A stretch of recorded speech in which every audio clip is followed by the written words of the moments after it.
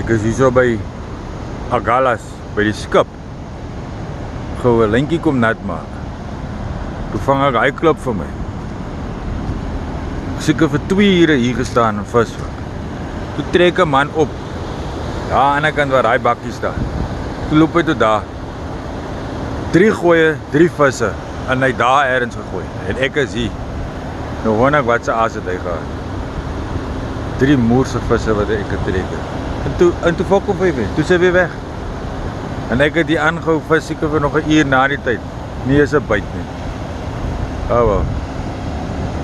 Maybe next time. Of my aas is miskien nie reg nie. Chokka en rooi aas gebruik. Miskien is chokka nie reg vir hierdie water nie. Rooi aas miskien te vrot. Next time. Always the next time.